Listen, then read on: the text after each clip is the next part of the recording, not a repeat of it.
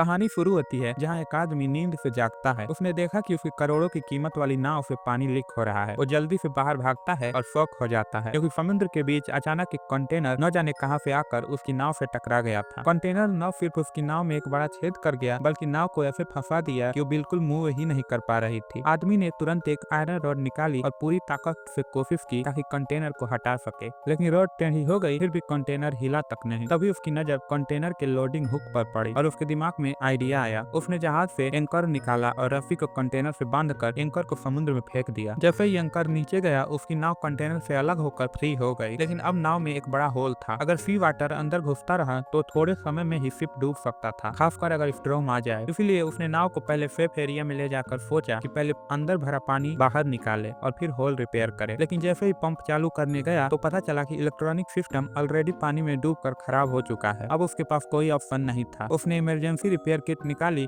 और special glue से whole को लेयर बाय लेयर भरना शुरू कर दिया। हर लेयर के सूखने के बाद ही दूसरी लग सकती थी। इसी बीच उसने एक लकड़ी की छड़ी से हाथ से पानी बाहर निकालना शुरू किया। 3 दिन की मेहनत के बाद वो होल रिपेयर करने में कामयाब हो गया और नाव को फिर से साफ कर दिया। उसने नीचे के बैटरी सेल्स निकालकर ऊपर लाकर वायरलेस सेट से कनेक्ट करने की कोशिश की ताकि एफओएफ सिग्नल भेज सके, लेकिन डिवाइस ऑलरेडी पानी में खराब हो चुका था और शॉर्ट सर्किट हो गया। अब उसके पास कोई और ऑप्शन नहीं था। उसने नेविगेशन चार्ट देखा जहाँ पता चला कि नजदीकी कार्गो रूट अभी भी काफी दूर है। उसने नाव का सेल उठाने की कोशिश की लेकिन सेल फंसा हुआ था। वो मफ्त पर चढ़ा और देखा कि एक वायर लूज था। जैसे ही उसने वायर ठीक किया उसे दूर से एक बड़ा ब्लैक स्ट्रॉम आता दिखाई दिया। वो घबरा कर तुरंत मफ्त से नीचे उतरा और सर्वाइवल आइटम्स व पानी को सिक्योर करना शुरू कर दिया, लेकिन स्ट्रॉम आते ही उसकी नाव कंट्रोल खो बैठी। उसने इमरजेंसी सेल लगाने की कोशिश की लेकिन अचानक एक बड़ी लहर ने उसे गिरा दिया। सौभाग्य से उसने सेफ्टी रॉप बांधी हुई थी, इसीलिए स्ट्रगल करके वापस चढ़ाया और सेल इंस्टॉल कर दिया। स्ट्रॉम के बीच नाव उलट पुलट हो गई, कभी 180 डिग्री घूम जाती, कभी फिर सीधी हो जाती। उसका मस्त टूट गया और डेक पर एक नया होल भी बन गया। वो थक चुका था और एक जोर का झटका लगने से बेहोश हो गया। होश आने पर उसने तुरंत लाइफ बोट निकाली, उसे नाव से बांधा और पानी में डाल दिया। फिर सारी सर्वाइवल चीजें उसमें शिफ्ट की। जैसे ही वो वापस नाव में गया नाव अचानक डूबने लगी। वो तुरंत लाइफ बोट पर कूद गया और फिर सर्वाइवल शुरू हो गया। 20 दिन बीत गए। उसने एक बकेट को कट करके सोलर डिस्टिलर बनाया और आखिरकार फ्रेश वाटर पिया। फिर सेक्सटेंट